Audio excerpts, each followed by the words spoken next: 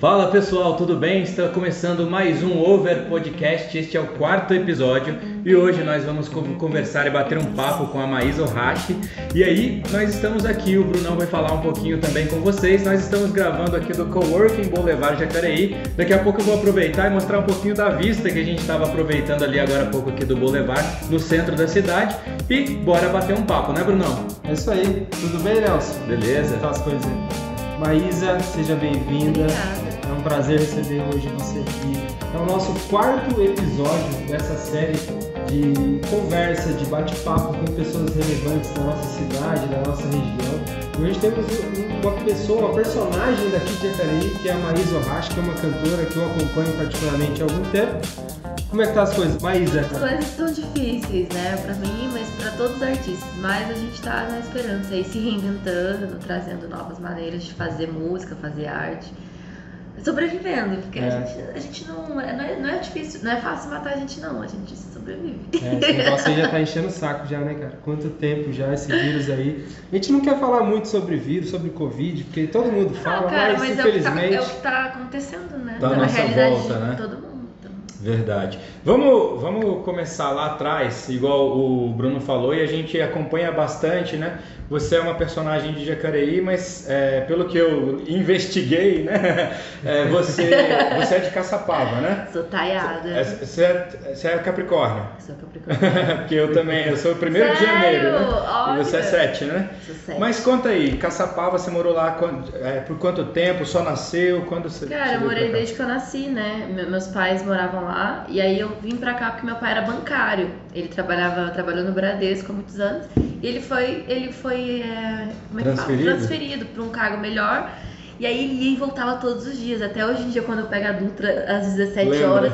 Não, eu falo assim, caraca, eu não ia aguentar. E aí foi um momento que ele falou, vamos mudar, porque tá muito estressante pra mim. Aí a gente mudou, eu tinha 15 anos, foi um período de ensino médio, né? E aí eu tô até hoje, eu tô com 30 hoje, são 15 anos, então deu uma certinha, metadezinha. Entendi. Que bom que ela já falou a idade, que a gente não passa vergonha de perguntar. 30 anos, a flor da idade, os 30 são os novos 20. Mas curiosa essa questão, assim. O meu pai também era bancário. Sério? E a gente mudava bastante. Só que quando eu vim para Jacareí foi porque teve um assalto na casa e ele preferiu sair do banco. Ele passou um concurso do fora e veio para cá. E aí a gente veio para Jacareí. Mas você teve essa mudança de Caçapava para cá ou chegou a morar em algumas outras cidades antes? Não, então, acho que a gente teve meio que sorte. Foi só essa mudança, mas porque também meu pai, coitado, ele já estava desequilibrado emocionalmente por causa do trabalho no banco. E aí foi o último cargo que ele teve, né? Ele acho que foi ele chegou a gerenciar a conta jurídica. E aí depois ele entrou em estafa emocional, ele teve crise de pânico. É uma vida muito corrida também, muita cobrança, né? Seu pai trabalhou com isso, você sabe disso. Tanto que na época, com 18 anos, eu cheguei a fazer gestão financeira porque eu falei, eu vou tentar fazer, entrar no banco, tem um plano de carreira, né? Mas você chegou a fazer gestão? Eu fiz a técnica de administração, eu fiz fora da minha área, né? Porque é uma coisa que, tipo, minha mãe falou, vai fazer sim, porque é importante, eu falei, tá bom. E aí eu fiz a gestão financeira, acho que é tecnólogo, né? Sim. E cheguei a fazer algumas dinâmicas, tudo, mas eu acho que os psicólogos olhavam e falavam assim, a menina não tem perfil, né? Então a gente não vai contratar ela. E eu nunca trabalhei na área. Eu fiz, mas eu nunca trabalhei. Mas eu gosto. Mas veio da influência do meu pai, de eu achar que, é legal, a gente tem essa cabeça, né?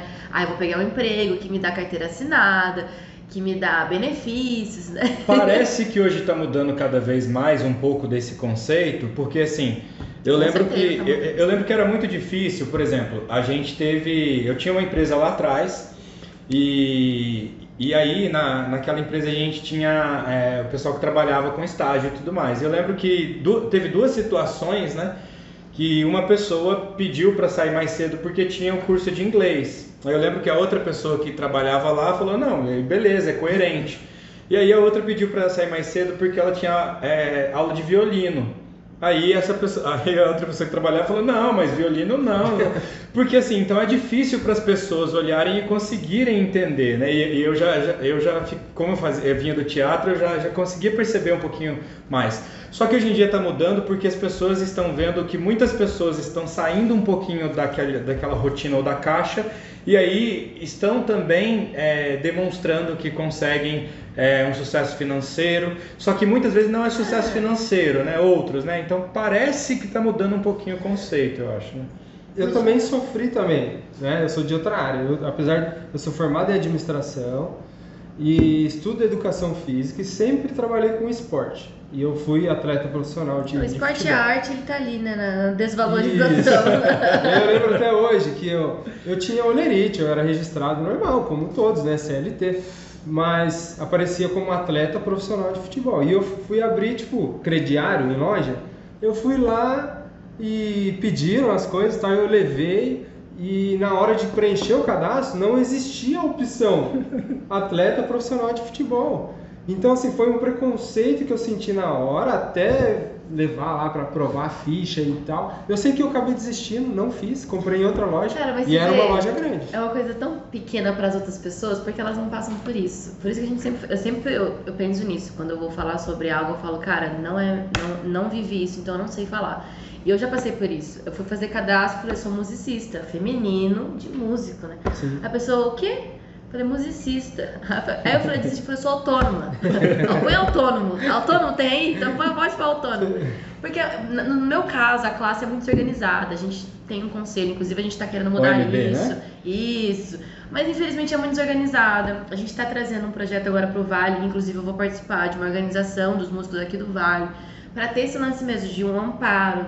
Tá virando empresa, tá virando CNPJ, tá tendo parceiros. Vai ter até o lance de trazer assistente social para explicar como é que funciona algumas coisas, porque o músico ele é muito leigo e preguiçoso. Eu posso falar porque eu sou. Então a gente não corre muito atrás de muitas coisas que ele às vezes foca naquele desenvolvimento artístico dele, mas ele precisa de estar de olho na burocracia, né? Não adianta. Então desde muito cedo, assim, eu sempre trabalhei com meu pai. Meu pai tinha uma empresa de casamento, fazia casamento. Só que, cara, na época, pensa que a cada casamento eu ganhava R$150. Eu tinha 11 anos. Então, no mês, meu pai fazia todo final de semana. Eu tirava R$600. Eu acho que era o próximo ao salário mínimo da época. Tá. Cara, pra mim, eu falei assim, eu quero essa vida, entendeu? Eu quero essa vida. Eu estudava, eu fiz piano, né? Fazia canto. Mas, como é algo que eu gostava muito, eu não via dificuldade nenhuma em fazer aula, sabe? Aquela coisa assim, vamos fazer aula, vamos estudar. Eu sempre escutei muita coisa. E meu pai tinha home studio em casa, a gente se gravava. Então, pra mim, aquilo era maravilhoso. Só que aí você vai crescendo, aí você vê, bom, beleza, como vou abrir um crediário, vou abrir uma conta no banco, vou abrir... Você não pensa que a vida adulta é isso, né? Sim. Então, a minha experiência com isso foi assim, hoje em dia eu ainda tenho dificuldades em algumas coisas, porque eu fui preguiçosa em muitas partes burocráticas que eu deveria ter aberto antes, uma meia antes, eu deveria ter, sabe? Mas acho que hoje, cara, tá mudando bastante, assim.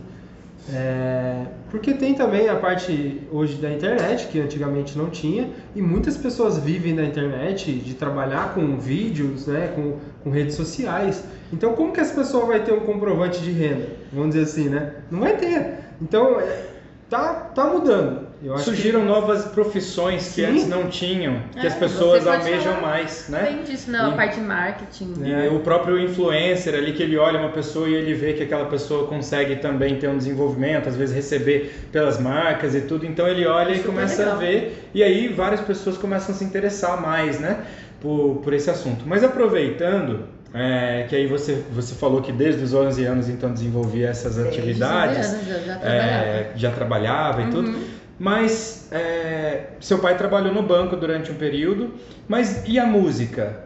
Seus pais, eles tinham um contato direto com a música? Meu pai e minha mãe, eles são músicos, né? Até hoje, meu pai ele não exerce mais, porque, coitado, meu pai daria um podcast só dele, viu? Porque a pessoa é um personagem. E hoje em dia ele não exerce mais, a minha mãe também não, por conta de eles se separaram, né? Foi uma separação dramática na minha família. E meu pai, na época, quando saiu do banco, investiu no comércio e nunca tinha sido comerciante na vida. E ficou malucão, assim. Mas no início, os dois são músicos. Minha mãe é pianista, meu pai é violinista, toca violino. E então, assim, desde o início, por exemplo, na minha casa, eu não tive essa coisa de tipo, mas vai fazer aula, vai não sei. Não, porque era muito natural. Minha mãe dava aula, meu pai dava aula de música, então estava todo mundo ali. Às vezes a gente fazia aula junto, às vezes chegava aluno dela, sentava junto, escutava a aula. Então a linguagem era muito simples, pra gente era muito natural.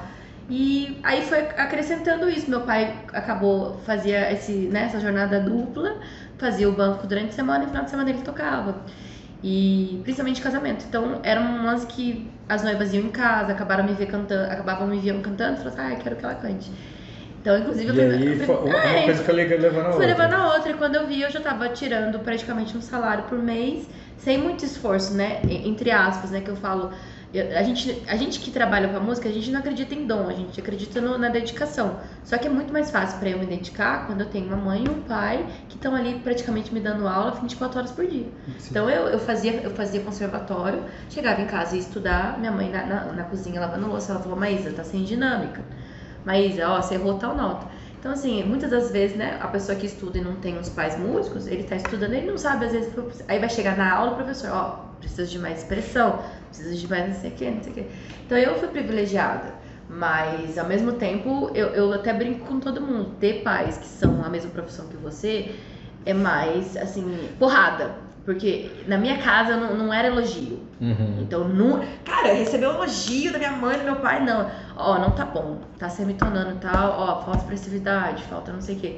Então, mas você tem mais base em casa pra você se formar. Por isso que eu falo, o elogio, dependendo de como ele vem, ele não é bom. Eu acredito nessa metodologia. Você não precisa ficar o tempo inteiro também dando porrada na pessoa. Mas eu acho que é o estímulo. O meu filho, hoje em dia, se ele quiser ser músico ou qualquer outra carreira que eu puder dar algum estímulo, eu não vou ficar elogiando o tempo inteiro. Uhum. Uma coisa é você encorajar, que tem um lance da psicologia infantil, né? Olha, isso mesmo, gostei, mas faltou isso. Mas ainda não fez isso. E eu vejo muitos músicos infelizmente, que eu tenho contato e às vezes eu vou dar aula, excesso de elogio. A pessoa acha que ela é inatingível, que ela já tá boa. E a música, o esporte, tudo que vai lidar com o ser humano, o marketing, cara, sempre vai ter uma teoria nova. Então tem que estar renovando, estudando. Não tem como você tá bom. Tá ali com aquele diferencial, né? Com certeza, falando isso, hoje eu faço faculdade de Direito. Nossa! E para complementar sim, também o trabalho de jornalismo e tal, comunicação. E aí a minha professora, a professora de Psicologia Jurídica, porque eu estou no primeiro semestre, né? Legal. E aí pegou que antigamente era só presencial, né, até um tempo atrás, e agora liberaram não tem nem como ser diferente, né? Tem que ser. Até voltar à normalidade. Então a gente fica mais cômodo, porque você não se locomove para ir para a faculdade, voltar e tal, então tem uma vantagem. E aí a professora de Psicologia Jurídica estava falando sobre uma situação específica de uma características e de personalidades, enfim, de transtornos de personalidade, e ela estava falando da formação daquelas pessoas que têm o narcisismo também, né, que olham muito para si, né? Cara, isso é e aí ela estudado, falou assim, quando você vai começar ali, a primeira coisa, né? A criança recebe só elogio, aí ela chega com rabisco e você fala, não, tá lindo. Não, tem que também direcionar, justamente porque aí ela vai se formar como uma pessoa mais crítica, que vai conseguir olhar e vai buscar melhorias, né? Principalmente eu acho assim, em lance de quando a criança está se formando, eu tô lendo muito sobre, porque eu quero ser uma mãe boa, né? E meu filho tem 3 anos, então ele tá numa fase de, assim, desde quando nasce tem vários saltos de crescimento.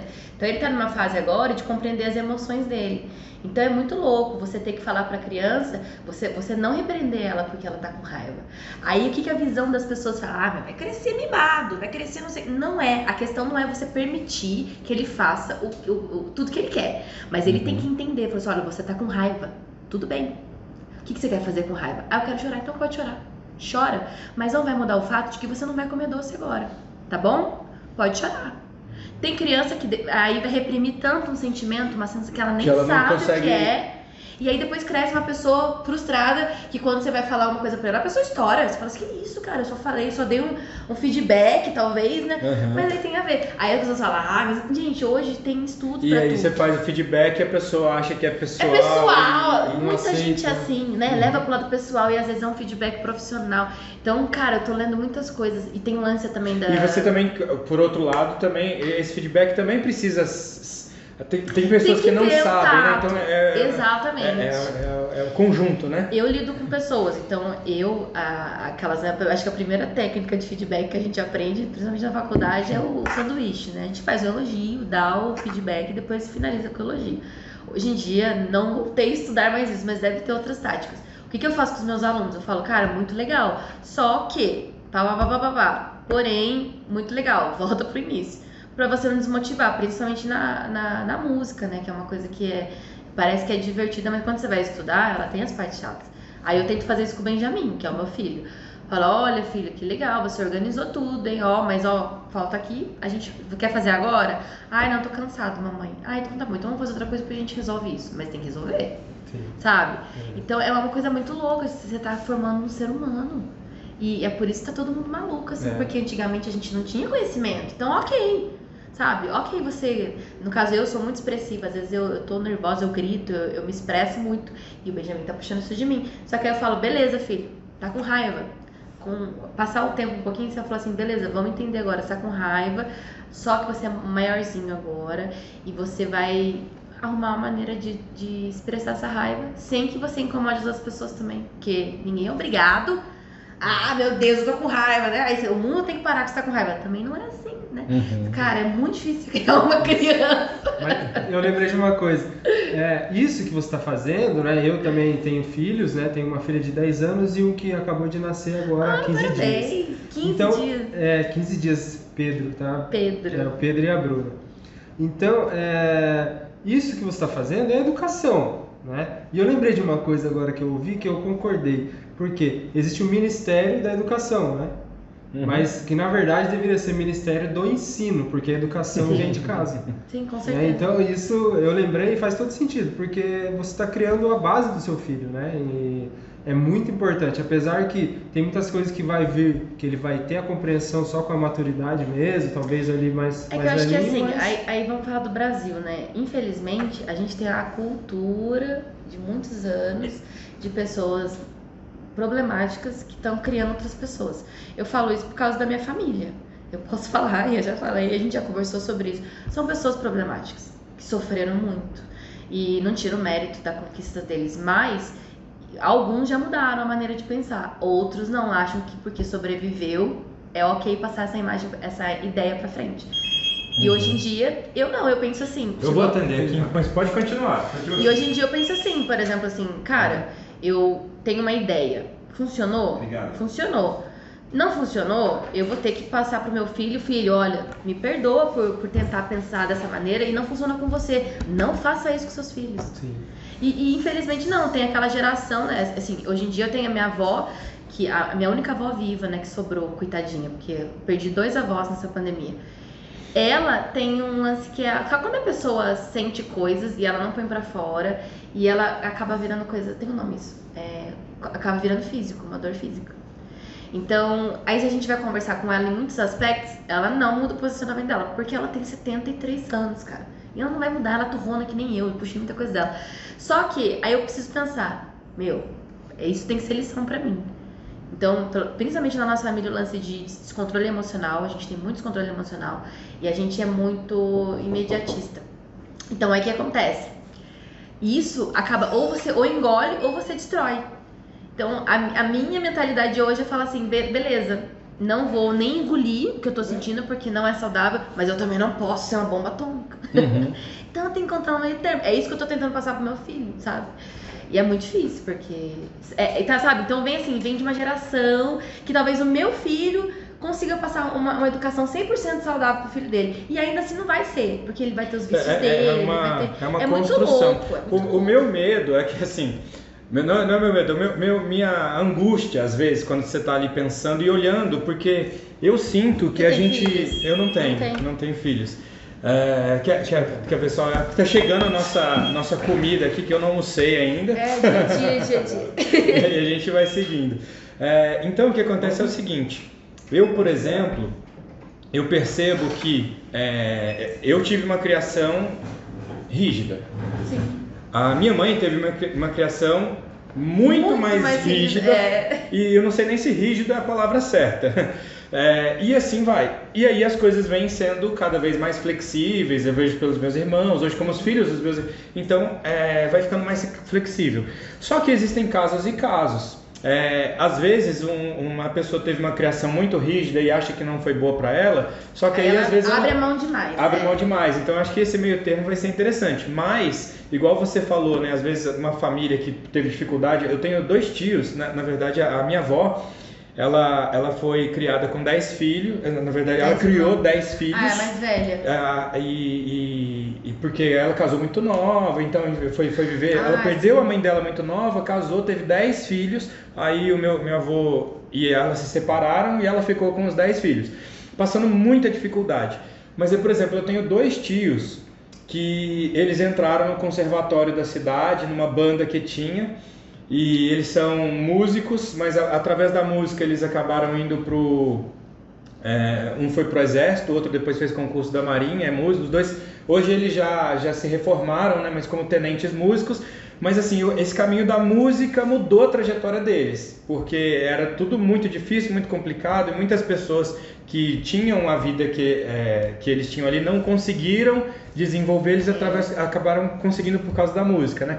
Só que assim, tem sempre aquela questão, às vezes você observa que pelas criações, às vezes um temperamento, alguma coisa ela vem, né? Mas eu acho que essa parte da música, e quando você falou que fez conservatório, né? Eu lembro bastante também, lá na cidadezinha de Minas que a gente tinha um conservatório, tinha a banda, né? Que também era muito rígida em disciplina, mas por outro lado, trouxe uma boa formação, né?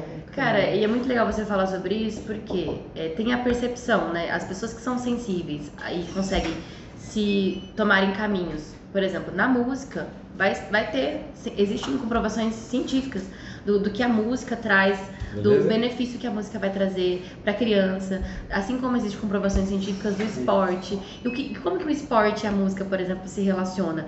Cara, de ter uma disciplina.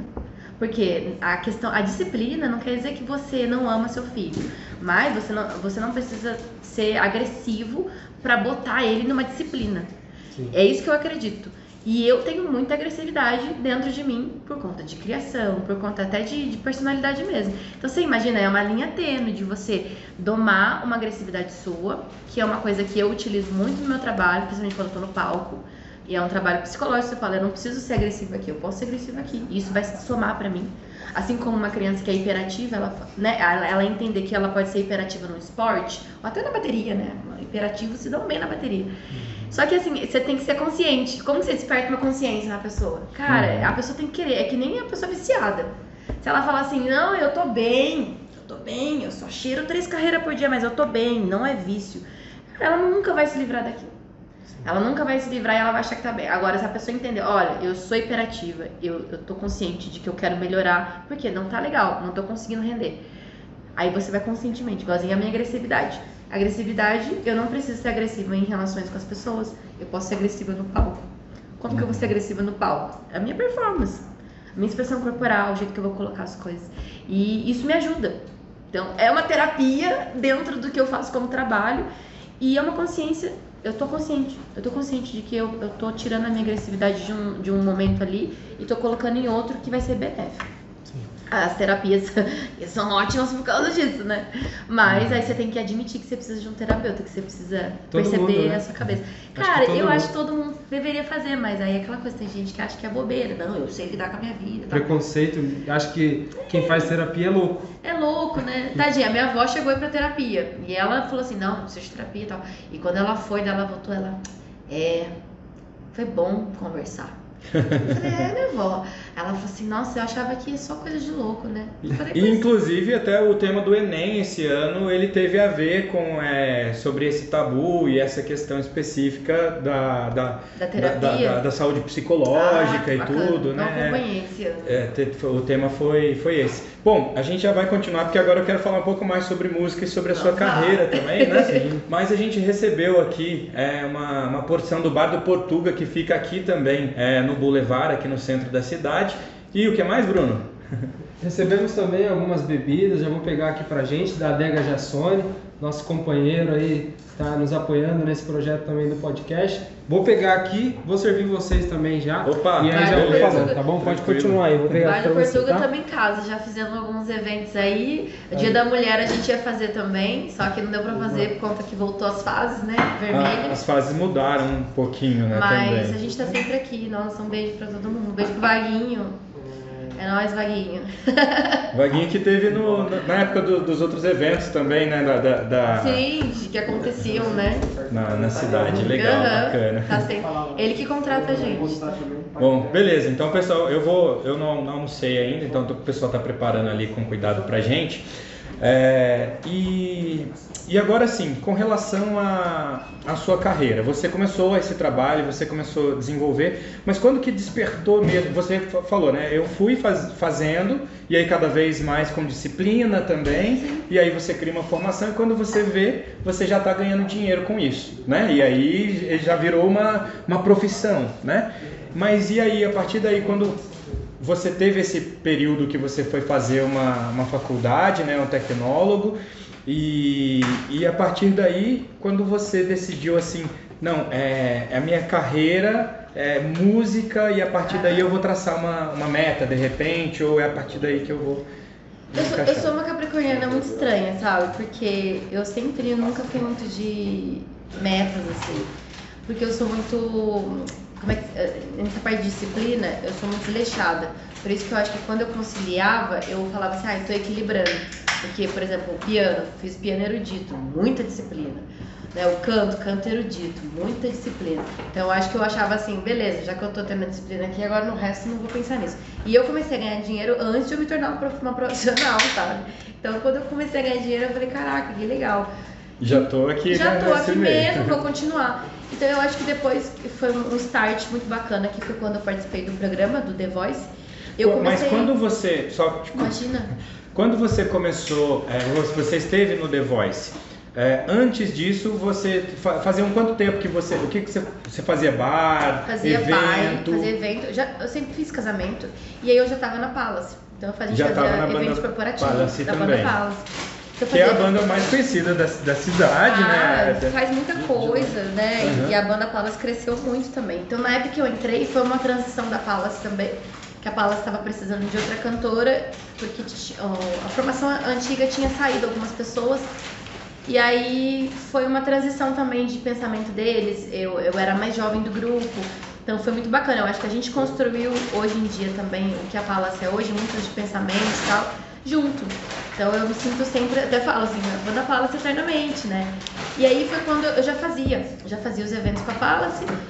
E aí um amigo falou, Má, vamos se inscrever e tal. Só que eu não me via como profissional ainda. Eu não sei porquê. Porque eu acho que eu nunca tive, sabe, essa capricorniana meio desleixada, que eu falava assim, eu tô ganhando dinheiro, beleza.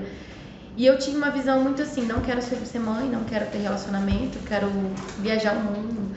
Eu não queria, assim, pertencer ao mundo, sabe? Então eu falei, a música vai me levar. Uma das coisas que eu tinha vontade era cantar em cruzeiro, fazer som em outros países, era isso que eu tinha vontade. Mas eu nunca tinha botado no papel. Aí eu participei do The Voice, a partir desse momento, o que eu percebi? Eu falei assim, nossa, as pessoas me notaram. Que foi realmente, mandei vídeo, não tinha nenhum contatinho não lá dentro. E eu fiquei muito feliz, porque de certa forma, por mais que a trajetória lá dentro não foi algo que eu consegui mostrar, que eu acho que eu não consegui mostrar, mas eu pensava assim, o que eu ia mostrar na Mais Artista? Nossa, tá bonito, hein? Ó. Nossa, tá bonito. Nossa. Muito obrigada. Beleza. Eu pensava assim, mas o que eu vou mostrar? Porque eu não tinha essa composição do que eu queria ser como artista. Eu era uma operária, e até hoje eu sou uma operária da música, como muitos artistas são. E a gente, o que é o operário da música? Ele tá ali, ele vai fazer um casamento, ele vai fazer uma festa, ele vai fazer qualquer coisa. E aí a gente não se dedica ao nosso próprio trabalho, ao nosso próprio sonho. Então, a partir do The Voice, eu comecei a me ver como uma artista, porque eu falei, olha, as pessoas me notaram. E isso a Cecília já me falava sempre. Você é uma artista, você é uma cantora, mas a gente não acredita. Você fala assim, eu tô aqui, sabe? Não tem ninguém me vendo, né? E quando começou, aí a gente mandou o trabalho, a gente mandou o vídeo, foi selecionado. Aí você vê, você entra numa Rede Globo, que é a maior rede de televisão, né, do país. Uma das maiores do mundo. Ai, obrigada. Opa, e aí beleza. Você é tratado como artista. Você tem uma produção musical, você tem toda uma concepção de visual. Essa roupa que você quer usar, É isso que você se sente confortável? Sabe? Essa música que você quer cantar? É essa mensagem que você quer passar? Eu falei, caraca, é verdade, que mensagem que eu quero passar no meu trabalho musical? Quem é mais? E aí você começa a refletir, construir, né? Construir uma visão sua de, tipo assim, que artista que eu sou, sabe? Que visão de mundo que eu tenho, que eu passo para meu trabalho, para minha arte. Porque eu tô sempre reproduzindo só a visão dos outros. No meu casamento eu quero que cante isso. Na minha formatura eu quero que faça isso. Então é sempre a visão do outro sobre o seu trabalho. E aí, a partir desse foi o start. Que eu falei assim, não, eu sou uma artista e eu quero deixar minha marca no mundo do jeito que eu me vejo. Quero que as pessoas tenham uma visão diferente de mim. Foi a partir daí. E eu lembro, e é muito interessante também porque isso traz uma repercussão muito legal que as pessoas, porque você está ali desenvolvendo seu trabalho e fazendo, você já desenvolve, mas a partir desse momento é o momento que chama e as pessoas passam a observar mais. Eu vi uma entrevista sua, que aí você conta, né, que você recebeu se fosse hoje, eu não sei se por exemplo, se eu atenderia, porque eu estava até discutindo com um colega. Todo mundo fica enchendo o saco ligando. Tem muitos números que estão ligando de fora e tudo, e eu não estou devendo ninguém. Mas então às vezes uma. E aí às vezes você acaba perdendo de atender, né? Mas aí você olhou e falou assim, pô, eu não conheço ninguém dessa região. Cara, aqui, era o DDD, eu falei assim, eu não recebi ligação de ninguém. Falei, caraca, filho, de onde tá vindo esse DDD, né? E era a produtora, que eu esqueci o nome dela, me perdoa. E aí ela me ligou, ela falou, mas aqui é da Rede Globo, tal, eu sou produtora do The Voice, tal, o seu vídeo foi selecionado. Eu falei, tá bom.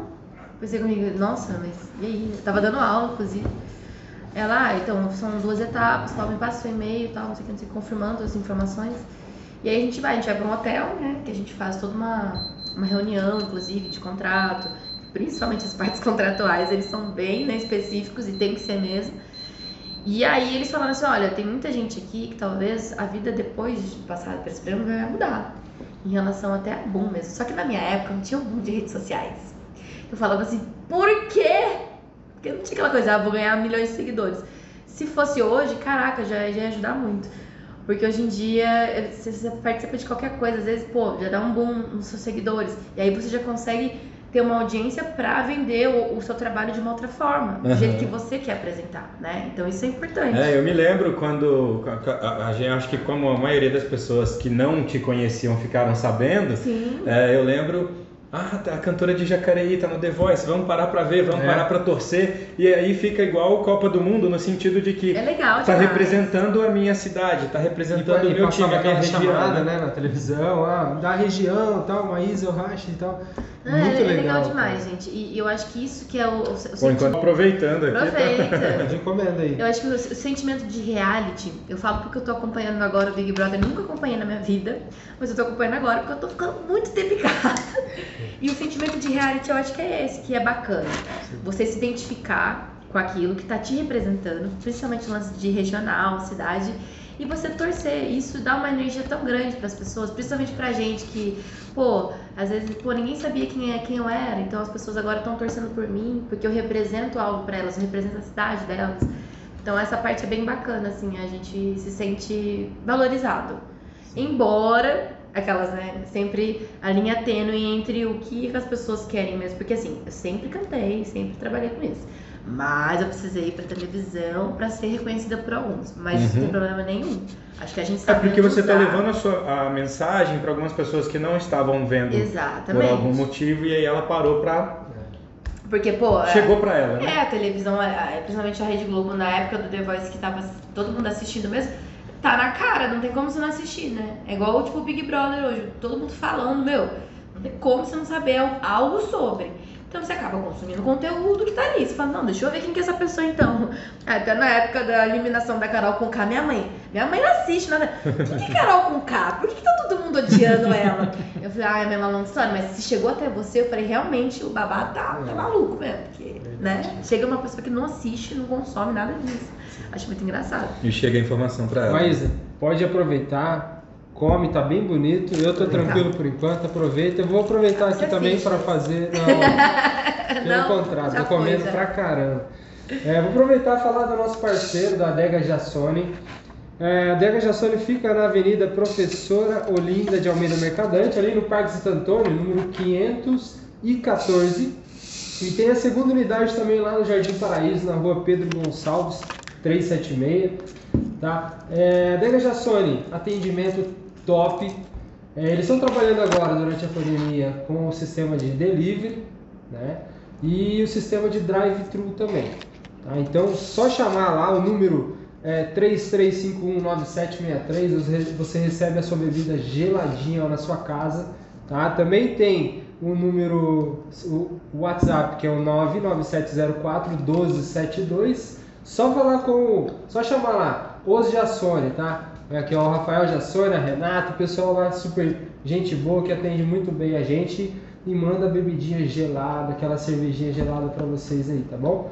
Então, muito obrigado, Adega Jassoni, pelo apoio. E tá top aí, né? Como é que tá aí? Tá gostoso aí? Bar de Portuga também? Tranquilo? Muito legal. 100%. Beleza. A gente estava falando bastante, né? E a gente falou também com relação a esse período que a Maísa passou pelo The Voice, né? E depois, pós The Voice, e aí como que foi? Mudou, né? Aí mudou porque as pessoas te conheciam, acredito que te conheciam mais, a procura aumentou, né? E aí como passou a ser esse ritmo a partir de então? Cara, foi muito bacana, porém teve 2 momentos assim bem erros. A gente não teve maturidade, principalmente o pessoal da Palace, e a gente já conversou sobre isso, de entender que o medo deles era, vamos desestruturar um trabalho que está estruturado, porque eu e a Cecília a gente estava participando junto. E aí a gente não teve maturidade de falar assim, sim, porém eu preciso dar seguimento ao meu nome, uma carreira que está acontecendo agora. E a Palace, não precisa ser a Palace, mas eu posso estar utilizando a Palace como o meu apoio, né? Vou fazer um show, é a Palace que vai, mas não é a Palace, é a Maísa, eu acho, mas a Palace está trabalhando, porque o intuito é esse, você está trabalhando. A gente não teve essa maturidade e essa percepção. Porém, a Palace se beneficiou muito porque a gente fechamos muito show de cidade, né? Inclusive, no ano que a gente participou, a gente fez o aniversário da cidade de Jacareí. Nossa, a gente foi uma das principais atrações, sabe? Sim. Foi maravilhoso. Assim, No Parque da Cidade, né? Foi no Parque da Cidade, né? Aquela puta estrutura. E a gente fechou muitos eventos por conta disso. Porque tinha também. muitas vezes que a principal atração era alguém de artista, fora, né? E a gente às vezes abria, fazia às vezes 1 hora só tal. E aí ele inverteu, né, também. Foi um período Isso, inverteu. E o que eu achava mais legal também foi nas cidades mais interiores, assim, a gente fazia muito Monteiro Lobato, né, que são cidades menores. E a gente tinha um pessoal, assim, o público era muito, muito atencioso, muito carinhoso com a gente. E eu achava isso muito bonitinho, sabe? Porque eu nunca tive... As crianças chegavam assim, me dá autógrafo. Meu Deus, eu nem sei dar autógrafo. E vinha. E uma das coisas também que a gente notou, que é óbvio que isso acontece, que os contratantes te tratam melhor. Isso é fato. Eles te dão comida, eles te deixam um camarim bonito pra você. Aquelas, né? E infelizmente ou felizmente, isso aconteceu. E a gente teve uma diferença de tratamento em relação a muitas coisas. Só que, porém, a gente podia ter trabalhado melhor. Só que aí o que aconteceu? Depois que aconteceu tudo isso, eu tive esse estágio. Eu falei, não, eu sou uma artista, eu quero uma mensagem minha, eu quero mostrar um pouco mais de mim para as pessoas. E, eu sou uma operária da música, eu tô trabalhando numa formatura, eu toco mais de 8 estilos musicais, eu troco de roupa. Então, eu não tô passando a minha mensagem, eu tô passando a mensagem dos outros. E até então, tudo bem, porque eu adorava fazer aquilo. Me acrescentou muito como artista, de percepção de palco. Eu fazia aula de jazz, de balé, pra gente acompanhar o balé. O lance de ritmos, né? Isso é um vocabulário. O músico que ele tem um vocabulário maior, que ele tem uma percepção de escutar outros estilos, isso só enriquece pra ele musicalmente. Então, pra mim, eu cresci, eu falo foi a faculdade, né? Caraca, abriu minha cabeça. E eu sempre compus. Daí, depois disso, eu falei assim, bom, agora eu quero fazer um trabalho e autoral meu e quero montar uma banda pra mim, pra tocar o som que eu gosto de tocar. As minhas influências sempre foram músicas americanas, eu sempre gostei muito de R&B, soul, pop, mas aí na Palace eu tive contato com as músicas brasileiras, né, que é uma linguagem totalmente diferente, muito rica, e eu falei, cara, eu quero montar um repertório meu, sabe, pra fazer um show meu, e foi essa força que foi crescendo dentro de mim. Só que aí, quando eu decidi sair, eu tava até num projeto muito bacana, que a gente ia fazer um tributo ao Tom Jobim, que é toda reorganizado, assim, rearranjado, com influências de jazz, influências de música brasileira, ritmos brasileiros, afoxé. E aí eu tava nesse projeto, fui ensaiando, a gente fez, tal, super legal, e eu decidi sair da Palace. Só que aí eu engravidei. E aí foi um processo ali É um que segurou um processo, pouquinho. cara, não adianta. E eu falo pra todo mundo, eu falo, gente, cada um tem uma experiência com a gravidez. Mas a minha, principalmente eu como uma pessoa que eu sou a cara das coisas, né? Tipo assim, uma coisa é você. Eu sou uma administradora, eu não sou a cara da empresa, eu só presto serviço. Agora eu, grávida, aí a empresa sou eu e eu sou a empresa, não tem como dar continuidade. E eu trabalhei até o 7º, 8º mês. Cara, eu me senti muito bem grávida, fiquei muito feliz, me dirigi, fiz exercício pra caramba, eu treinava, eu adorava, eu tava querendo ter meu parto normal. E tava feliz, tudo, mas foi aquela coisa, eu sabia, eu falei, não vai dar pra dar continuidade. Aí eu tive bem, e pra vocês terem ideia, agora o Benjamin com 3 anos, a partir de agora, estou retomando as coisas que eu queria estar fazendo. Depois de 3, depois de 4 anos. Desse processo, desse período, com a sua carreira levando o seu repertório. E conta um pouquinho também sobre você tem o objetivo de continuar seguindo, trabalhando com o seu repertório, e também você tem o seu trabalho autoral, porque você compõe. Eu componho, eu sempre compus desde criança, mas assim, a composição também é um processo, né? Primeiro você compõe. Ok, eu já tinha um vocabulário legal de música, de estilo, de palavras, porém, eu tinha 10, 11 anos, né? O que eu vivi com 10, 11 anos, né? A pessoa tem que... Eu sou autobiográfica, eu escrevo as coisas que eu vivo. Então eu não tinha muita história pra contar ali. Hoje em dia eu tenho mais história, eu estudei mais outros tipos de linguagem. E aí eu gostaria, sim, de dar essa continuidade. Por quê? Depois de muita terapia, por exemplo, eu percebi que, pra mim, faz sentido e é importante eu deixar minha mensagem no mundo. Tem pessoas que nem pensam sobre isso, e tá tudo bem, a vida dela vai ser essa e a gente tem que respeitar. Eu acho que a gente não tem que despertar uma consciência em todo mundo de lutar. Mas quando a gente cria isso na gente, a gente não consegue soltar mais, né? Porque a gente se prende à única coisa, talvez, que a gente vai deixar... talvez, não sei. E na minha opinião, a música, ela transformou a minha vida sempre, né? Inconscientemente, porque sempre teve, mas ela transformou a minha vida de uma maneira para que eu tivesse uma percepção de mundo que eu tenho hoje. Então, se não fosse a música, minha percepção de mundo ia ser diferente, certo? E eu penso assim, caraca, por que não mostrar isso para as pessoas e as pessoas que precisarem dessa mensagem se transformarem também, transformarem a percepção de mundo delas também.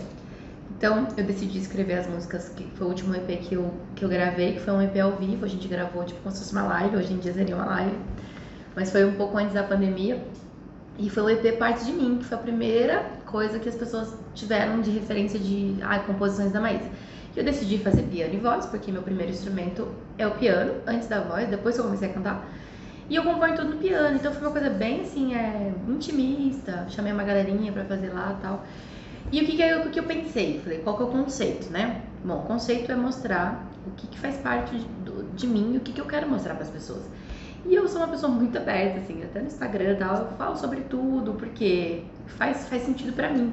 Talvez um discurso meu, talvez um problema meu ajude outra pessoa, e o que já aconteceu várias vezes. Então aí eu peguei as minhas músicas e comecei a ver. Então eu tava saindo de um relacionamento, que foi meu casamento, escrevi uma música sobre isso, escrevi uma música sobre a maternidade, tinha uma música sobre eu mesma, né, sobre como eu entendo a minha vida, meu mundo, enfim. E foi muito bacana. Só que aí a gente teve que parar o processo, porque é um processo, eu tinha criado na minha cabeça assim, né, vou lançar um EP acústico para as pessoas entenderem o porquê e como eu componho. Depois eu vou lançar essas músicas produzidas em 4 a 5 videoclipes. Para as pessoas entenderem também, darem valor a todo o lance da produção musical, porque quando você vê uma música, quando ela nasce às vezes violão e voz e tal, e a gente ia produzir as músicas e transformar isso no conteúdo audiovisual, com videoclipe e tal. E aí foi quando começaram os problemas no mundo, né? Eu não tenho culpa disso. E aí, assim, eu tava investindo... Mas ele muda toda... Exatamente. E eu tava investindo com a minha grana mesmo, não tinha ninguém me investindo e tal. Daí eu falei, opa, não vou poder gastar mais com isso, não vou poder investir nisso. E aí eu dei uma parada, inclusive, assim, foi bem dolorida essa parte. Mas eu acredito que tudo tem um propósito. Foi esse start que deu de falar sobre o EP, né? De, sair agora, o Benjamin tá maiorzinho e consigo me dedicar a isso. E o EP se trata disso, de mostrar realidades, assim. Eu bato muito na pauta, não sou uma militante, mas eu bato muito na pauta feminista, porque eu me considero feminista desde que eu nasci. Minha família é muito machista, então eu sempre tive que brigar muito pra conquistar as coisas. E aquela coisa, sabe aquele discurso assim, ai mãe, mas o meu irmão é Denner, chama Denner. O Denner vai acampar, por que eu não posso ir? Minha avó, porque você engravida, ele não. Aí eu falo assim, nossa, mas ele engravida outra pessoa. Entendeu? Ah, minha mãe cobrava, tadinha, na inocência dela. Hoje em dia a gente conversa muito sobre isso e ela já porque é um processo, é um processo, né? Que às vezes eu falo, as pessoas falam, você tá culpando a mulher. Não, tô culpando, não, a gente já conversou sobre isso. Pra você não ficar de saia justa, eu também vou falar. Lá em casa, mãe, não fica brava. Mas lá em casa, às vezes, assim, as meninas iam, às vezes, arrumar a casa e os meninos iam fazer outra coisa que não tinha. Lá em casa era assim. Porque era a criação deles. E eu acho que é mais do pessoal mais antigo que tem isso, né? Tem aquela coisa também de... Mas eu tenho uma irmã que briga. Fala assim, eu lembro que... Tipo assim, que ela fala assim, eu não quero, não vou fazer, por quê? Porque todo mundo suja, eu vou ter que limpar? Por quê? Aí, como minha irmã resolveu que não dava pra... não tinha como discutir muito, aí ela fazia o seguinte, né? Minha mãe falava assim, tem que lavar o banheiro. Quando eu chegar, quero organizadinho. Aí minha mãe saía, ela ia, chamava meu irmão mais velho e falava, a mãe falou que você tem que deixar aqui. Aí resolvia.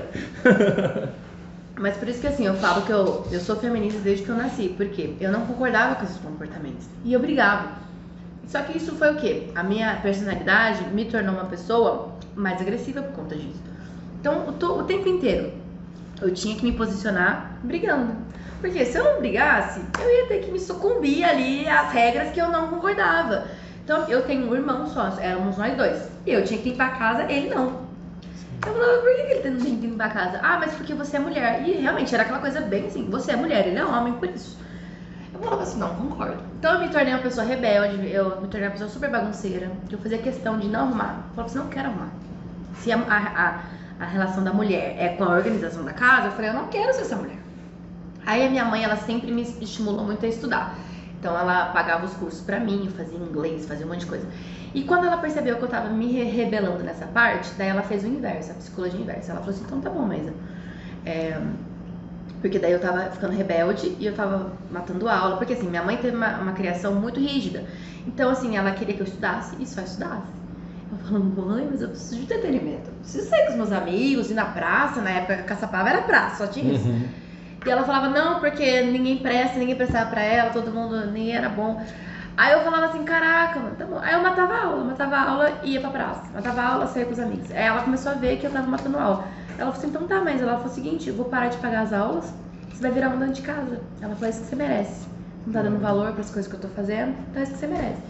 Cara, eu lembro até hoje, assim, eu chorei tanto. Eu falei, eu não quero virar dona de casa, eu não quero virar dona de casa. E aí foi um start, assim, que eu comecei a me dedicar mais aos estudos. Aí eu passei na época, tipo, aqui tem escola agrícola, né? Lá tem a ETEC, que é a escola industrial, que tinha mais cursos relacionados à administração e tal, essas coisas. Aqui mais agrícola. E aí eu fiz o vestibulinho lá e passei. Daí minha mãe falou assim, muito bem. Ela falou, se você não tivesse passado, você não ia estudar mais. Você ia virar dona de casa, ia ficar dentro de casa. Ela falou isso pra me assustar, né? Mas funcionou. Daí foi quando eu vim pra cá, que eu me mudei. Só que aí eu não consegui transferir matrícula, porque né, cada cidade tem um lance. E aí eu falei assim, caraca, daí eu fui pro Sene, pro Silva Prado. É um reformatório infantil, né? Porque pra eu me sentir no reformatório. Sinto muito, gente, na minha época já era um reformatório. Essa escola não era boa mais. E aí, e mesmo assim, então assim, desde criança eu meio que brigava pelas coisas que eu sempre queria e tal. E hoje em dia eu tento passar essa mensagem para as pessoas, que eu falo assim, cara, você é mulher, hoje em dia eu não considero uma ativista, uma militante, porque eu não estudei, não li atores, não li escritores sobre.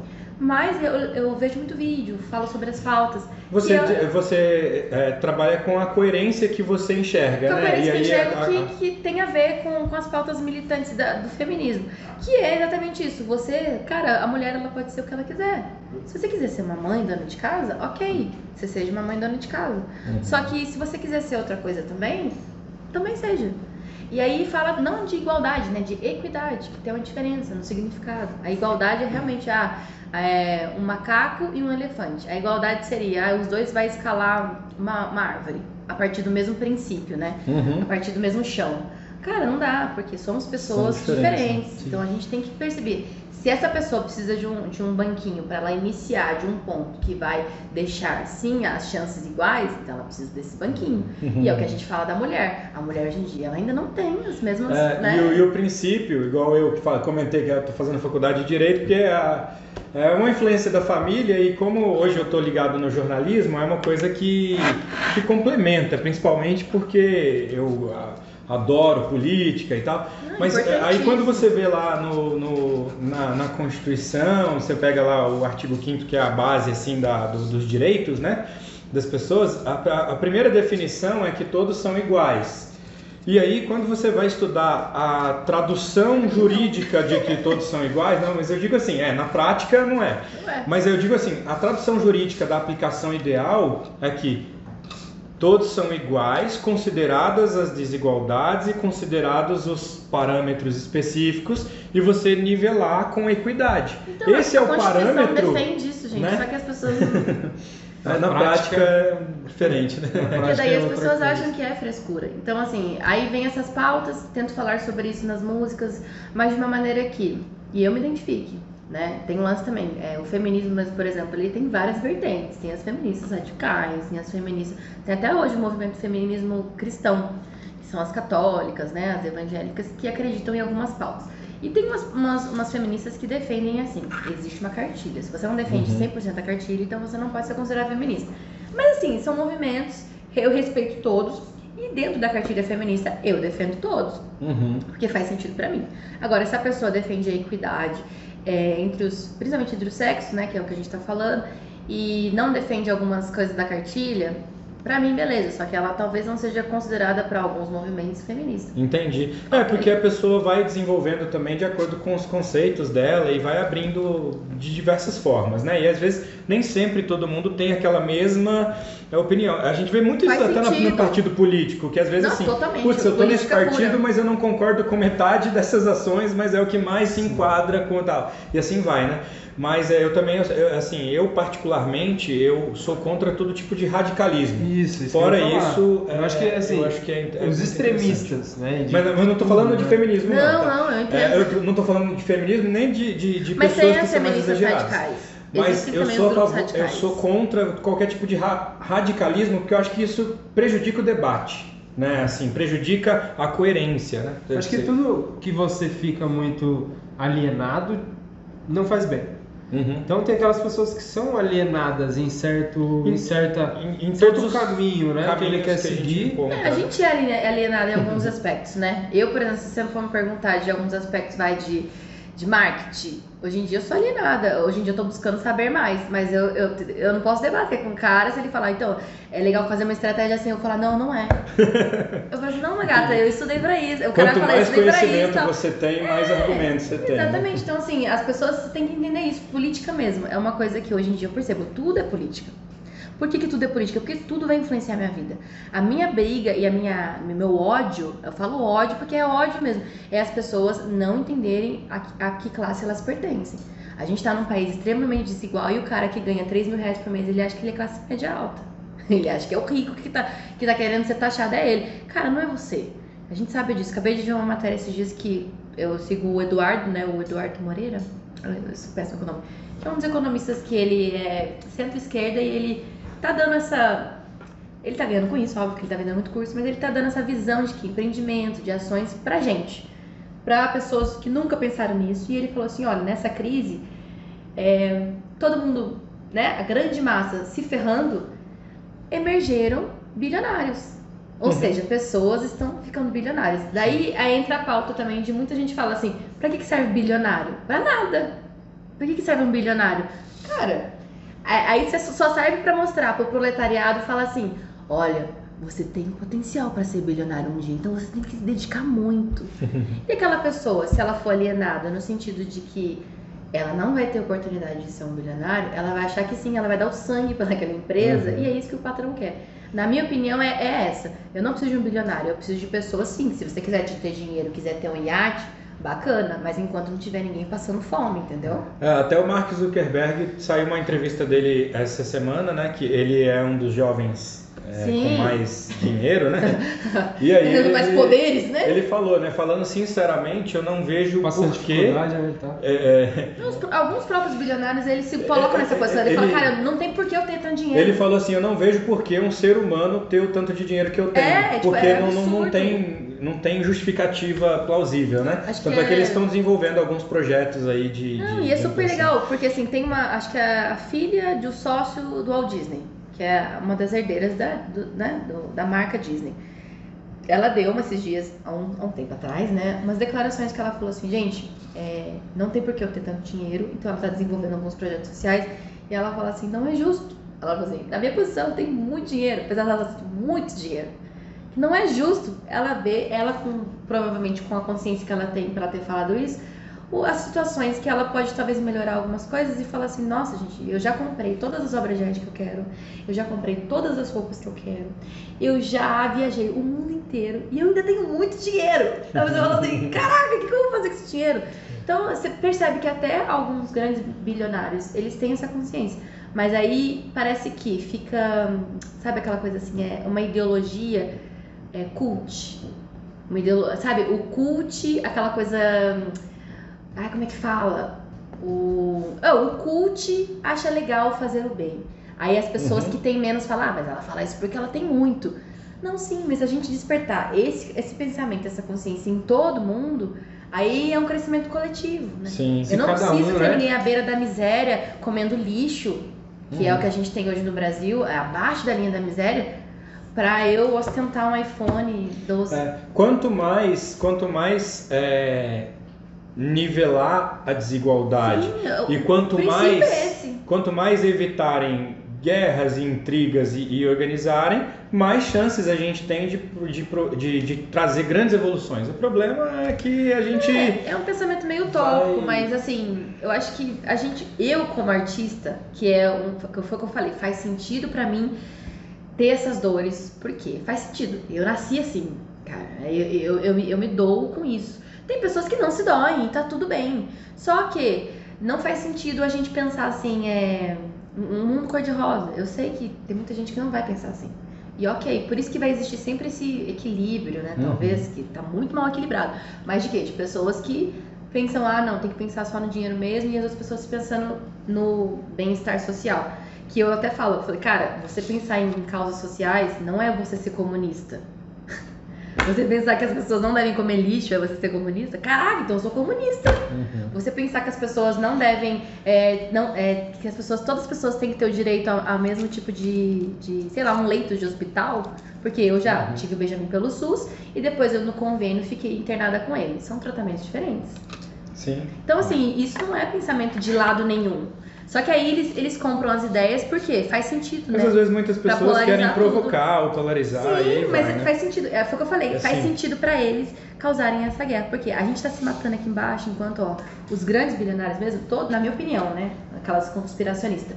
Todos eles estão jantando junto ali na mesa redonda. E eu tenho certeza que é assim.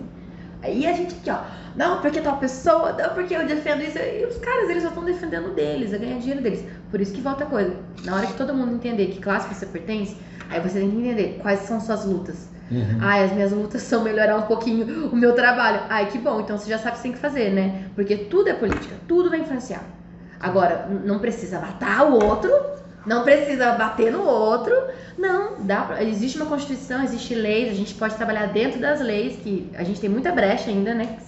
Você como futuro advogado muitos amigos meus advogados falam, Mari, o problema do Brasil é que tem muita brecha. E o que esses caras poderosos fazem? Contratam os melhores advogados, os melhores desenvolvedores das coisas e falam, vamos agir pelas brechas. E aí acontece coisas que você fala assim, mas por que ele tá solto?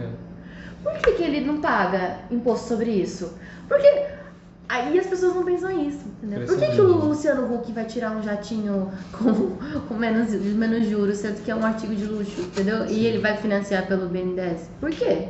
Se ele tem condição de pagar mais. E por que quando eu vou tentar financiar minha casa eu não consigo? Sabe? Que é um bem comum que todo mundo deveria ter. Muitas coisas, às vezes, que na legislação precisa se brigar para que fique revista, mais igual, né? Precisa ser revista e é isso.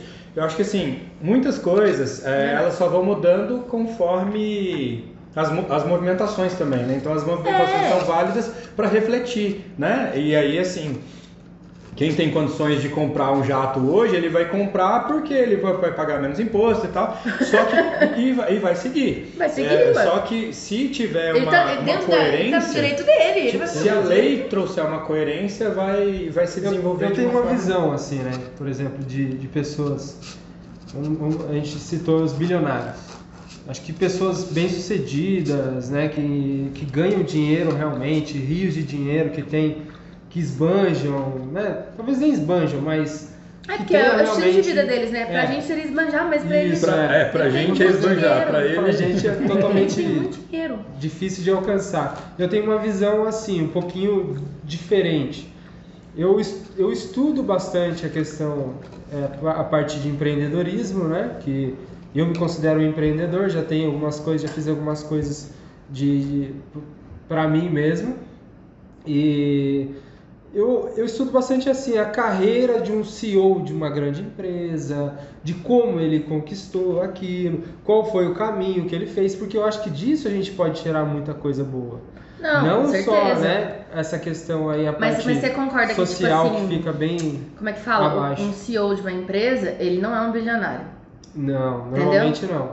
Porque o bilionário, cara, ele já tem muita bagagem, ele já tem muitos, sei lá, milhões de passos na nossa frente.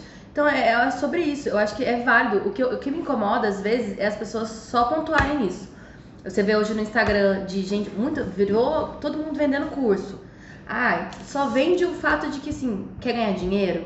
Olha onde eu tô, sabe? Aqueles vídeos, eu acho ridículo. Na hora que eu vejo aquilo... E porque não é... Saiu uma matéria que a maioria desses caras, eles estão alugando casas pra vender curso. Gente, isso não é honestidade, eles falam de honestidade.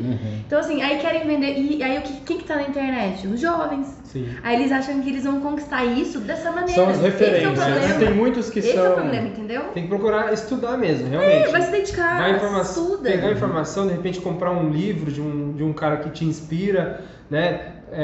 Tem até documentários falando sobre isso. É o que eu faço, é o que eu tento tirar coisas boas disso, né? Do aprendizado, do que ele tá passando pra gente pra chegar no sucesso que ele Não, e tem muitos caras também que estão vendendo os cursos hoje que são sérios, mas Sim, é que tem uma leva de uma galera que eu vejo que aparece no meu feed às vezes. Eu falei, gente, que isso? Teve muito do mesmo. Teve reportagem já de pessoas que alugavam carro e que não era, e aconteceu, eu sei. Tô tranquilo. E aí, assim, eu acho que o que o Bruno falou é válido, inclusive porque, assim, hoje eu vivencio uma realidade diferente, né? Por exemplo, eu tenho familiares que trabalham no setor público e eu trabalho no setor privado.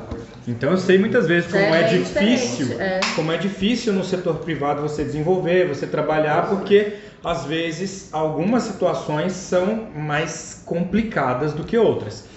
E aí o que eu percebo bastante é que é o seguinte, eu acho que tem que ter todo tipo de incentivo para a empresa, para o empresário, para ele conseguir desenvolver, para ele gerar mais trabalho e tudo mais. Porém com alguns limites específicos, né? Igual assim, o pessoal discute bastante questão de dividendo, então a empresa, o empresário não vai pagar imposto sobre determinado lucro específico do dividendo da empresa, enfim, eu não vou precisar aqui, não sou nem economista, mas a gente percebe quando a gente vê economistas ou outras pessoas falando que algumas taxações, elas não ocorrem em algumas situações e poderiam existir, né, de diversas formas, né? E aí, quando você fala de brechas, por exemplo, a gente vê hoje, lá nos Estados Unidos eu estava vendo uma matéria que quando você compra uma casa lá, você comprou a casa, ela é sua, se você vai falecer, aí ela vai para os seus herdeiros.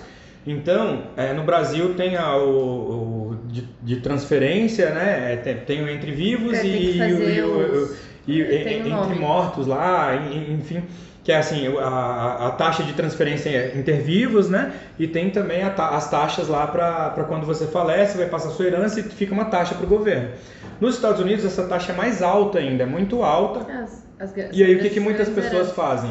Ele monta uma empresa, a empresa compra a casa, quando ele falecer, ele não vai pagar imposto porque vai é da casa, seguir, é da empresa. Não é nem dele a casa. Então, assim, será que não é uma forma de burlar? Né? Pô, o cara que tá trabalhando ali, tá burlando dentro da lei, mas tá ganhando mais ou menos, tá pagando imposto em cima de tudo, e aí é dentro da lei, mas é uma certa forma de não contribuir. Né? Então, eu acho que essas coisas, essas desigualdades que tem que... Maísa, deixa eu te perguntar uma coisa agora que é a minha curiosidade. Demorou, manda aí. Vou voltar um pouquinho lá do The Voice, tá? Você lá no The Voice, você era da equipe da Claudinha, né? Da Cláudia Leite. Eu tenho uma impressão dela. Agora, é o que ela passa pra mim, tá? Então eu vou perguntar... Agora é o momento de tititi. Momento fofoquinha aqui agora. Vai. Ela é legal mesmo, assim? Porque... Sério, pra mim passa que ela é um pouco forçada. Cara, agora você que esteve lá, que conversou, que teve realmente lá com ela... eu acho que você tá entrando na rixa de Cláudia ou Ivete, mas... Eu sou hashtag Ivete. Somos hashtags Ivete. Não. Assim, a gente não tem contato direto, de verdade. Assim. A gente tem muito contato com os produtores, porque cada artista ele tem um produtor musical. Sim. Então, o produtor da Cláudia Leite... esqueci o nome dele. Tadinho, ele foi tão bom comigo e ele é incrível. Então ele que me falava assim, os arranjos vai ser assim, tal, não sei o quê. Então teve uma das partes que a gente chegou a gravar, que é como se fosse um backstage, só que é um backstage roteirizado, né? Não é um backstage de verdade. E aí ela meio que deu umas dicas pra gente e tal. Então assim, a gente tava lá pra gravar, ela chegou pra gravar e saiu. E eu lembro de eu ter escolhido a Cláudia, por quê? Eu lembro que eu fiquei sabendo que a pessoa que ia ajudar ela, que eles convidam um artista, né? Ia ser ai, meu Deus. Maria Gadu. Sim. E eu sou muito fã da Maria Gadu. Eu falei assim, não, eu quero conhecer a Tem Gadu. até um vídeo que... Eu não sei, acho que eu vi um vídeo que ela tava ali, que ela aparece auxiliando. Não, então, eles são os técnicos juntos. E eu sou muito fã, sempre fui fã da Maria Gadu. Eu falei, gente... E eu acho que do Carlinhos Brown, que é o que virou a cadeira pra mim também, era o Rogério Flauzino. Aí eu falei, sinceramente, só que eu não pensei estrategicamente, porque o Carlinhos Brown é um grande produtor. E a Cláudia Leite não. E eu pensei pelo meu coração. Aí eu falei, não, quero conhecer a Maria Gadu. E realmente, assim, a Gadu, o que eu posso dizer sobre isso?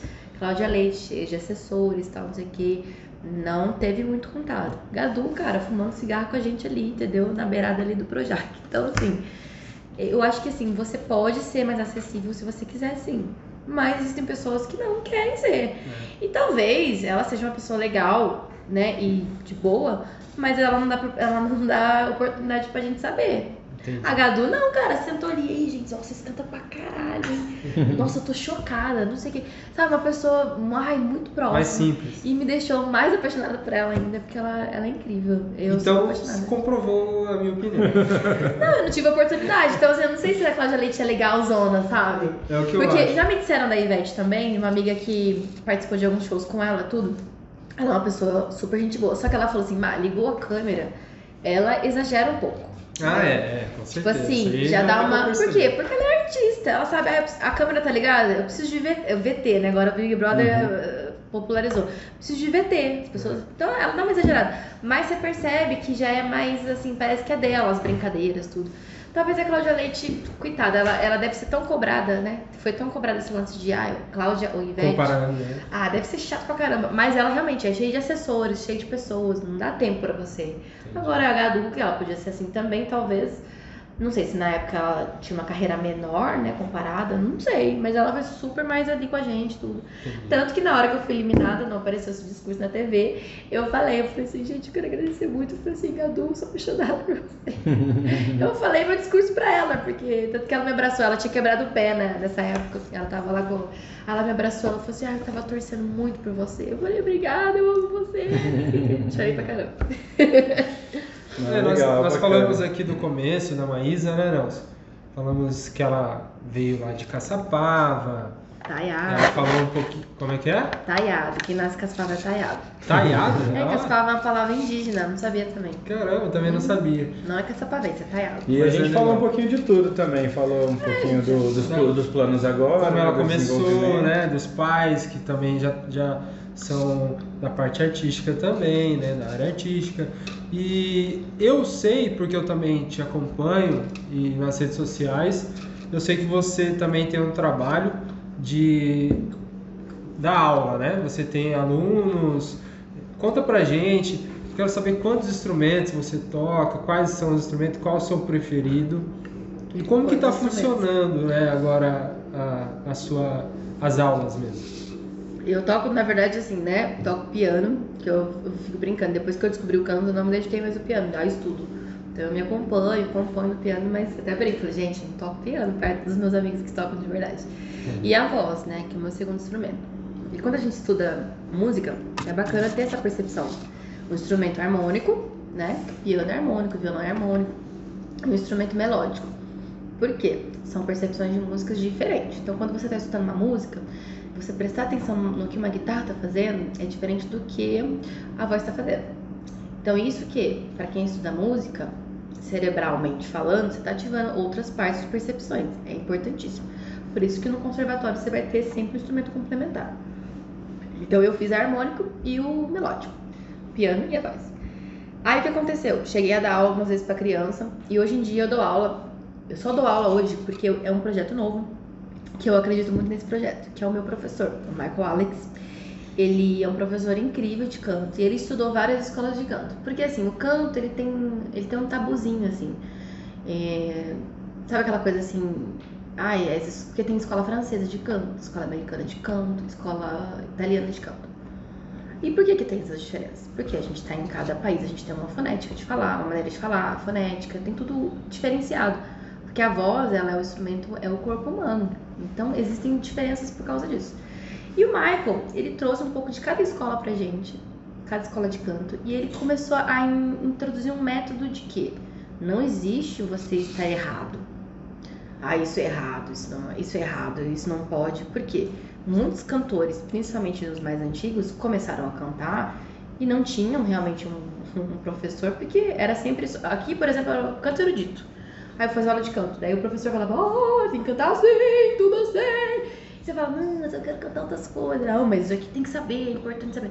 E não é. Cada um canta o que quiser, da maneira que quiser. Qual que é o problema? Você não pode ter lesões, né? Igualzinho um artista, um atleta. Ele tem que ter cuidado com a lesão, porque se ele tiver uma lesão, acabou a carreira dele. O cantor é a mesma coisa, se tiver uma lesão, dependendo da lesão que você tiver nas cordas vocais, acabou, você não canta mais. Coitado, né, do Zezé de Camargo. A vida inteira usando, não é que é errado, de uma maneira assim que ele não deve ter tido suporte e hoje em dia ele não tem mais como cantar. E inclusive a fono dele e o otorrino dele a gente conhece, né? São pessoas que estão fazendo trabalhos árduos, assim, mas, cara, é muitos anos fazendo de uma maneira errada. Então o que a gente vê como errado no canto hoje? Tensão. Você tá fazendo força pra fazer uma coisa, você sente dor pra fazer uma coisa, tá errado.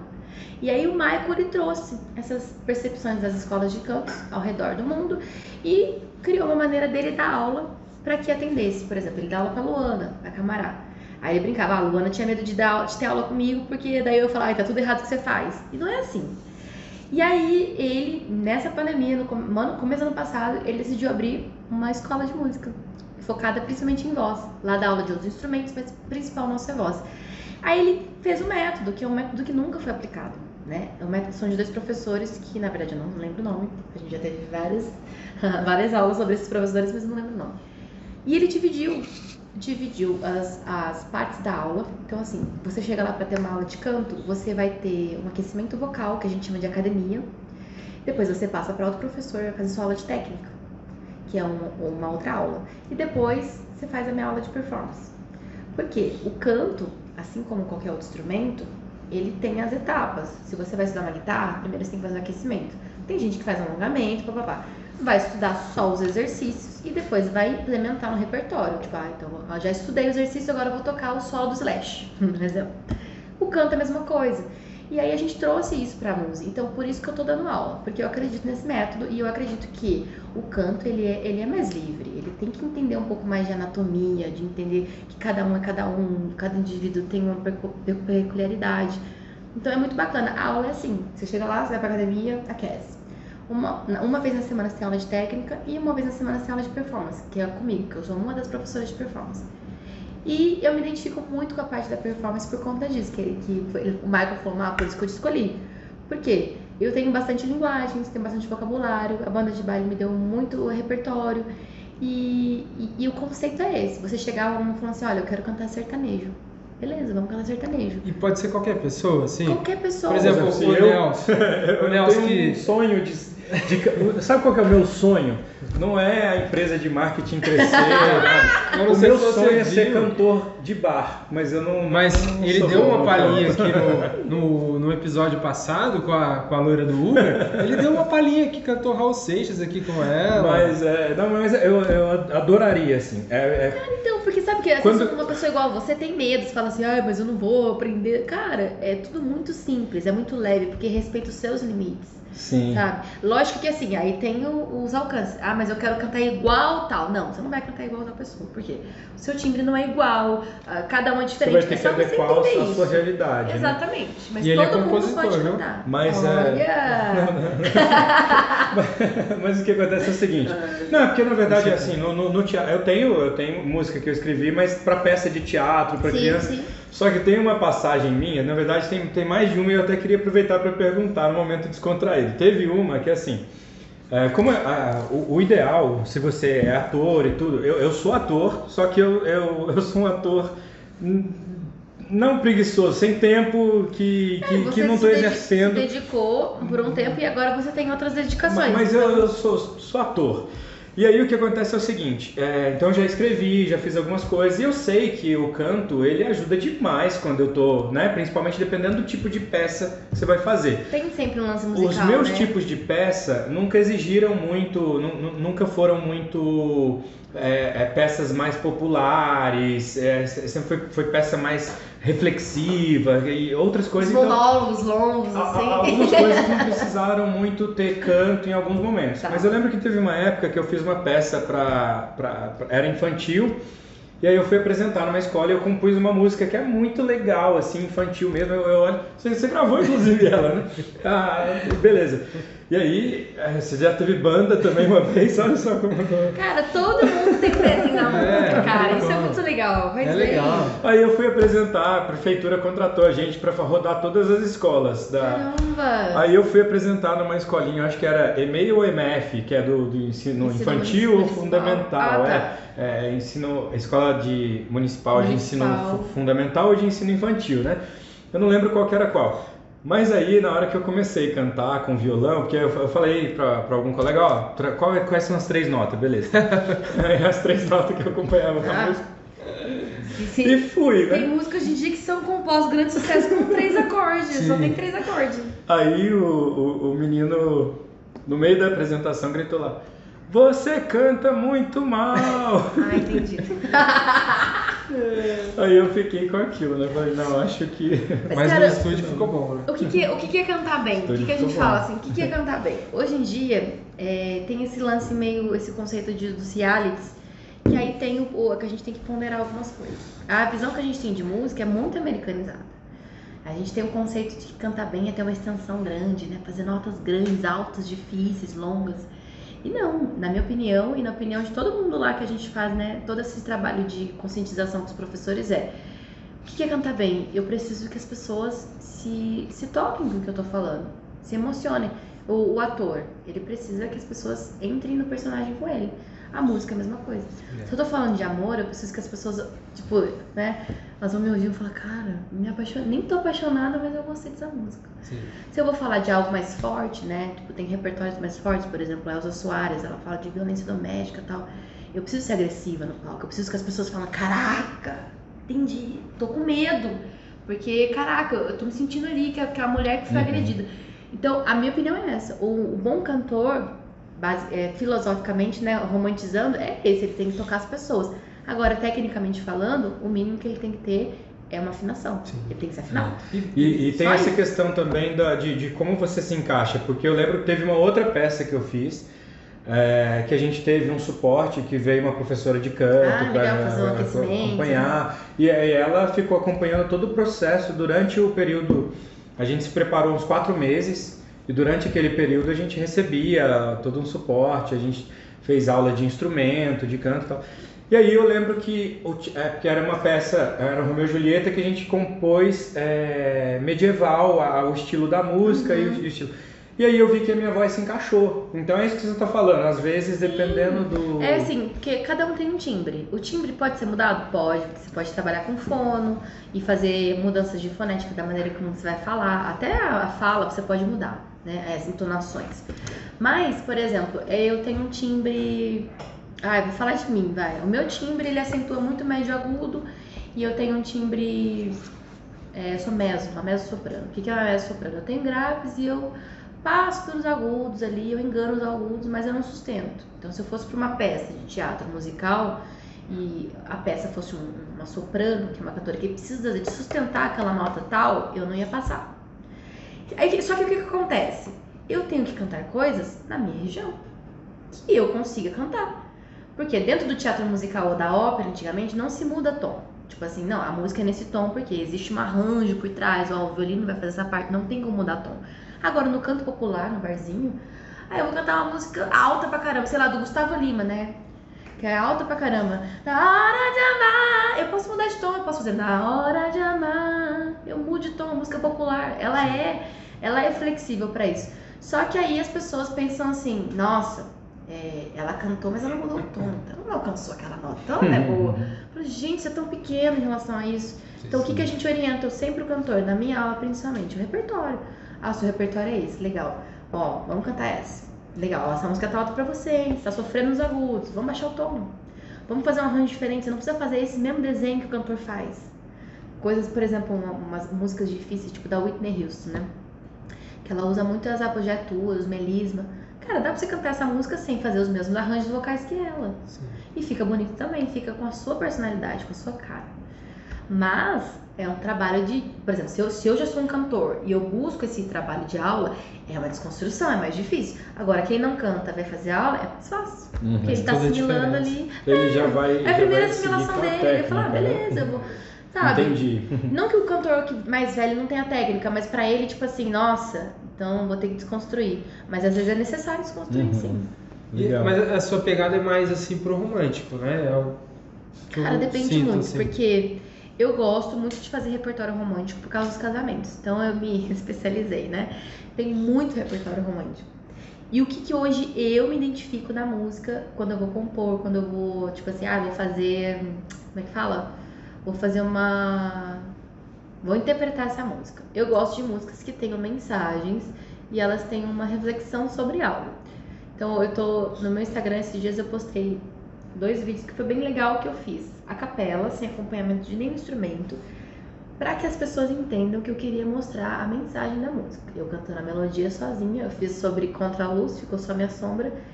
Uma primeira música foi o Bêbado Equilibrista, né? Que é uma música muito bacana, se você for ver a composição dela. E até uma aluna minha tinha levado essa música em aula e ela tava cantando super feliz essa música. Eu falei, Gil, essa música não é feliz. Ela é um samba, mas ela não é feliz. Ela tá bem dura, essa música a gente tem que apontar o dedo na cara das pessoas quando a gente cantar. Ela falou assim, eu falei, vamos perceber aqui, ó, o que ela tá falando, a época que foi composta, o porquê. Tem essa interpretação também. Eu gosto de músicas assim. Então, assim, aí a última música que eu postei foi uma música do Roberto Carlos, Como Vai Você?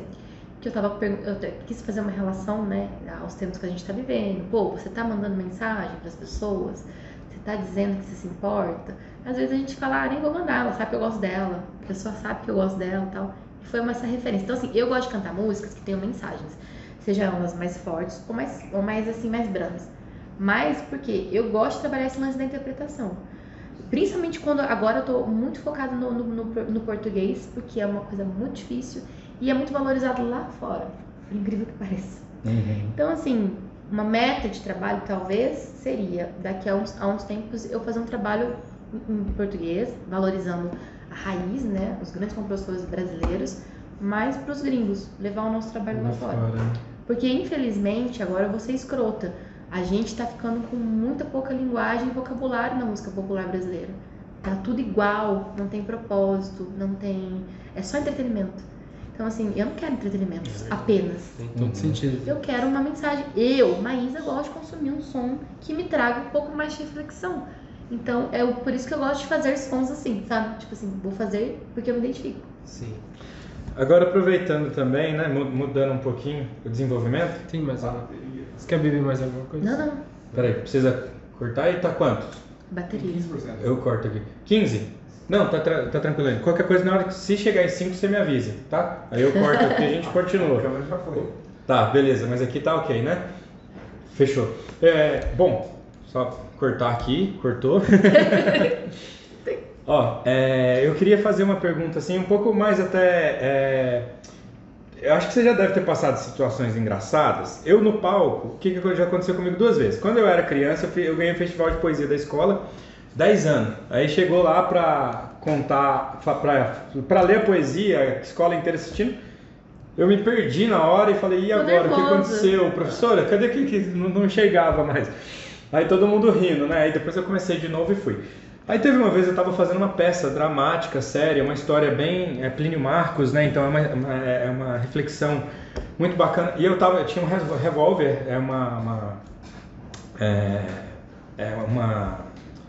como que chama? Simulação de... É uma simulação, né? Aquela arma falsa que representa a real, né? E aí, na cena, o rapaz estendia a mão e eu tinha que bater a arma na mão dele. Só que era uma arma que tinha quebrado em alguma outra situação e aí a gente tinha colado ela. Então, quando eu bati na mão dele, e era uma cena dramática que eu ia matar o cara, a minha arma caiu no meio e quebrou assim. E aí eu fiquei naquela, vou ter que matar ele de outro jeito aqui no palco. Já aconteceu alguma coisa que, travou? Milhares de coisas. Eu já caí no palco, porque a gente fazia muita performance, né, com salto, dançando. Teve uma vez que a gente foi fazer um show, uma formatura, o palco tava muito instável, a madeira muito ruim. E aí eu fui fazer, tipo, a música da Rihanna, We found love in a hopeless place. Aí tem uma parte que a gente contava pra soltar os fogos. Na hora que eu contei, eu fui pra trás, eu senti um buraco, meu salto entrou, eu fui pra trás, assim, daí os bailarinos pegaram, eu falei, opa! Já aconteceu de eu estar em Monteiro Lobato e chamar de outra cidade, sabe? Quero ver vocês, né? Todo mundo. Aí o Dani, né, o baixista, ele, não é Monteiro Lobato. Ai, cara, já foi. Não é essa cidade. Não é essa cidade. Eu já falei nome de empresa errado. Eu tava na Promover, falei Celebra. Agora já foi. Aí eu briguei, eu falei, calma, mas você também não avisa, cara. Eu falei, eu não sei qual contratante que é, cara, porque a gente não tem acesso a essas informações. Pra mim é assinatura, né? Muitas coisas. A última live que teve, até eu brinquei, que a gente tava todo mundo estressado, foi uma live de natalina, né?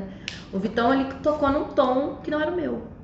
Aí eu olhei pro cara dele e falei, meu, tá gravando, porque eu cantei num outro tom. Aí depois a gente até brincou, a Cecília, nossa, ficou bonita. Eu falei, cantei fora do meu tom, esse teu tom nem é meu, né? Todo mundo começou a rir. Muitas coisas, assim, nossa, backstage, já falei palavrão, assim, num número que a gente ficava escondido. A gente fazia o All The Jazz, né? É referência de Chicago. É uma cultura All The Jazz. Chicago.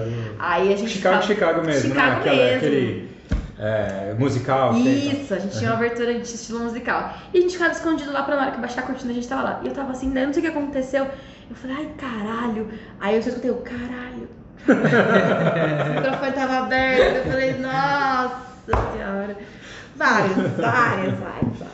Legal. Agora eu vou falando também do piano, né, que é um instrumento que você usa de suporte. Recentemente teve o filme da Lady Gaga, né, Star is Born, né? Nasce uma Estrela. Eu chorei no final do filme. Mas quem não chorou, gente? Você assistiu? Eu não cheguei no final. Não chorei, não. Mas eu queria saber de você, assim, as suas referências. Você falou de algumas referências musicais e também, não só musicais, mas de filme e tudo, pra gente... Cara, hoje em dia eu tô muito assim me desconstruindo mesmo, porque inclusive até eu tenho um projeto de um musical para um trabalho meu, fazer como se fosse um musical, mas talvez não ser um teatro musical, mas eu tenho um projeto meu. E eu tava esses dias arrumando minhas coisas, eu achei um livro da escola, um ensino médio que davam pra gente antes, só de poesias. Me encantei, Manuel Bandeira, nossa. E ele escreveu uma poesia pra Maísa na época. E assim, cara, eu comecei a chorar, né? Eu sou chorona. Eu falei, meu Deus, sabe aquele momento assim, eu fiquei muito mal. Teve dias que eu fiquei muito mal. Eu falei assim, meu Deus, o que vai ser da minha profissão? O que vai ser de mim? E eu achei esse livro do Manuel Bandeira. Aí eu vi, ele escreveu pra Maísa, e eu falei, meu Deus. E aí o que aconteceu? Eu tô me aprofundando mais nesse universo, sabe? De escritores brasileiros, hoje em dia. Porque eu tenho uma formação muito, assim, pop culture americana. Meu pai sempre escutou muito bandas americanas. Então, essa linguagem pra mim é muito fácil. Aí vem o Brasil com uma riqueza de fonética, de sotaque, de ritmo. A gente tem muito. Aí você vai ver uma linguagem de composições de escritores, Manuel Bandeira, Cecília Meirelles, Drummond. E aí eu comecei a ler essas coisas. Eu falei assim, meu Deus, por que eu demorei tanto tempo pra ler isso? E aí eu comecei até a declamar algumas coisas no Instagram. E acho que foi Madrigal Melancólico. Não sei se você já viu essa do Manuel Bandeira. Acho que não. Os Ombros que Suportam o Mundo, de Drummond. Então, assim, hoje em dia as minhas referências estão essa. E aí eu estou assistindo muito filmes também mais cult. Porque filme eu sempre fui assim, eu gosto das branquelas. Eu gosto de filme da risada, minha vida já é muito difícil, não quero sofrimento. Mas... e aí eu tô assistindo uns filmes assim... Aí chega um momento que você começa a buscar uma fonte, e aí... E daí cara, o último filme que eu assisti, que eu não tinha assistido, que até é popular, da Amélie Poulain, né? Não sei se você assistiu, é um filme francês. Eu não assisti, mas... E é um filme belezinha, só que assim, ele tem uma sensibilidade... Já tá umas recomendações. Sim, sabe? Ele tem uma sensibilidade que às vezes você fala assim, meu Deus, eu deixo passar isso na minha vida. Sabe aquela coisa assim, não deixe passar esses momentos? Aí eu falo, precisava disso. Mas assisto uns filmes dramáticos também. Esses dias a gente assistiu um filme lá, alternativo lá, que eu até falei pro boy, né? Não vou expor o nome dele. Eu falei assim, nossa, pesado esse filme, né? Ele falou, esse filme é pra assistir uma vez só, porque ele adora filme, ele adora cinema, então ele procura uns diretores, esse diretor é bom, tá? Mas nossa, filme pesado, que deu um negócio aqui. Mas aí foi que eu fiz a reflexão também, eu falei, cara, é necessário às vezes. Tem filme que não precisa dar risada, vai esfregar a tua cara no asfalto. Aí você fala assim, caraca, que situação tensa, mas tô mal. E aí você já presta atenção, né, que eu tô querendo produzir meus trabalhos audiovisuais, eu já fico assim, nossa, olha essa fotografia. Gente, olha essa trilha sonora maravilhosa. Meu Deus, olha esse ator, olha esse momento e tal. Então, essa assim... composição, essa montagem. Porque a gente vai evoluindo a maneira como a gente consome as coisas, né? E eu tô nessa parte agora. Eu tô muito focada na linguagem brasileira. Então, escritores brasileiros, diretores brasileiros, música brasileira. E o cinema eu tô abrangendo, assim, cinema russo, vamos assistir. Cinema japonês, vamos assistir. E o lance do piano, eu sempre me influenciei muito pela cultura pop. Alicia Keys, Nora Jones. Aqui no Brasil, acho que é a Chiquinha Gonzaga. Nossa, Nora Jones é muito... Não, Nora Jones é maravilhosa. Ela, assim, quando eu vi ela... Nossa, eu falei, gente, eu quero ser essa mulher. A Diana Krall também é uma jazzista maravilhosa. E... deixa eu ver quem mais... Essas foram as minhas primeiras, porque eu falei, nossa, que legal, uma cantora que toca um instrumento. E hoje em dia, eu tô pegando muita linguagem, por exemplo, Mônica Salmaço, cantora brasileira, Elis Regina. A Elis Regina é mor, né? Putz, cara, você gosta de Maria Rita? Maria Rita, eu gosto muito dela também. Eu gosto também. Mas por que eu me identifico muito com a Elis? Porque a Elis, até a gente brinca, conversa muito com os amigos, ela tinha um pouco de uma linguagem mais americanizada, assim. Ela fazia umas coisas mais americanizadas. Mas ela tinha muita essência e muita teatralidade. Ela era muito expressiva. E eu me identifico muito com isso. Porque ela era muito agressiva, às vezes, em algumas coisas, sabe? Tipo, porque tem hora, é isso que você falou, né? Igual você traz aqui essa informação, assim, de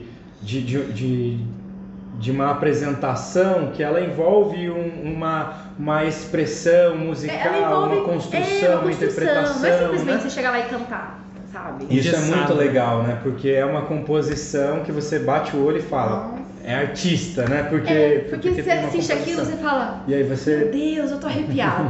Então, assim, a última coisa que eu assisti dela foi até a live. A gente fez uma live Standard Bossa Jazz, porque os standards é o quê? São os estudos de músicas com harmonias diferentes. E aí a Bossa Nova, ela é derivada do jazz, né? Que antigamente o jazz surgiu lá nos Estados Unidos, e os brasileiros, porra, que legal, né? As harmonias trabalhadas, vamos fazer. E aí surgiu a Bossa Nova. Então eu tô estudando essa linguagem, porque é totalmente diferente. Desconstrução de frase, finalização de frase, respiração, acentuação de... português acentua vogal, não acentua consoante. Então é um estudo. Então eu tô me dedicando a isso, porque eu tô maravilhada, assim. E principalmente aos ritmos, né? Tem muitos ritmos brasileiros maravilhosos. E isso só vai acrescentar, porque aí quando eu for produzir de novo meu trabalho, voltar a produzir, eu falo, opa, quero mudar isso aqui. Quero uma coisa mais assim. Eu quero mudar isso aqui. Quero trazer mais pro Brasil. Tá muito americanizado. Que eu quero valorizar a cultura do meu país. Pô, a gente tem tanta coisa linda, maravilhosa. Sim. Vale a pena. Muito bom, bacana. Muito legal. É isso aí, né, Nelson? Tem alguma coisa que você queira falar? Fala pra gente aí um pouquinho, pra gente encerrar, né? Já acho que passou já quase 2 horas já. Conversa boa. Eu queria ficar mais, tá legal pra caramba. Mas o que você planeja agora, né? Lógico que a gente não sabe quando vai acabar essa pandemia, nem sabe se realmente vai acabar, vai ser um novo método de trabalho.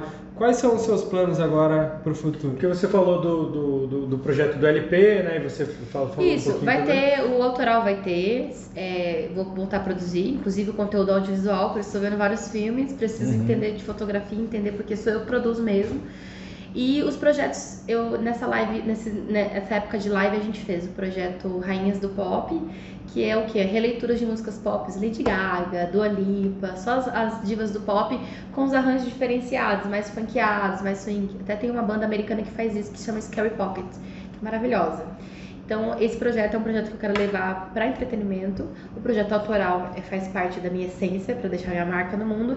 E eu preciso, o projeto de ensino, né? Que é focar mesmo nesse lance de todo mundo pode cantar, você não canta errado. Então, são esses 3 projetos por enquanto. Além dos casamentos, que eu tenho minhas noivas, sempre vou fazer, adoro. Só que eu tô indo pra esse lado, sabe? Teatral mesmo, quero produzir meu espetáculo, tô estudando mais a parte cênica também, esse lance de expressividade, né? Então, espere qualquer coisa relacionada à música e à arte, porque eu não vou desistir, cara, não vou desistir da arte. Não desista, não você vou. É muito talentosa, né, Nossa? Obrigada pelo convite. Obrigado também pela presença, Contem agradeço. Comigo, se precisar também. E eu acho que a gente tem que continuar esse bate-papo em mais oportunidades, porque é muito bom mesmo. Vamos fazer mais. Com certeza. E onde o pessoal encontra você? Eu sei que tá no Instagram, como que você tá no Instagram? Tem canal? Isso, eu tenho canal no YouTube e o Instagram também, é tudo Maísa Ohashi, né? Se você colocar Maísa Ohashi, igual o nome vai estar aí, você vai me achar. E eu sou uma artista independente, eu produzo tudo sozinha, com a ajuda de muitos amigos que são talentosíssimos também. Então, e vou continuar fazendo, gente. Gosto de interagir, meu Instagram é super aberto em relação a vários temas, falamos de tudo. Falamos de maternidade, falamos de música, falamos de sexo. Às vezes eu ponho umas coisas lá e falo, gente, vamos falar de sexo hoje. E porque eu acho que assim, né, a minha essência faz muito parte disso. Eu gosto de quebrar tabus, porque eu fui muito minha família queria muito que eu crescesse dentro de uma caixinha. Então eu sou muito expansiva. Foi o efeito contrário que a gente teve rebote. Então eu gosto muito, faz parte de mim isso e faz bem. Show. Beleza, gente? Então fica aqui esse 4º episódio do Over Podcast com a Maísa e a gente volta no próximo episódio. Valeu pela participação aí da Maísa e obrigado também para todos vocês que estão assistindo.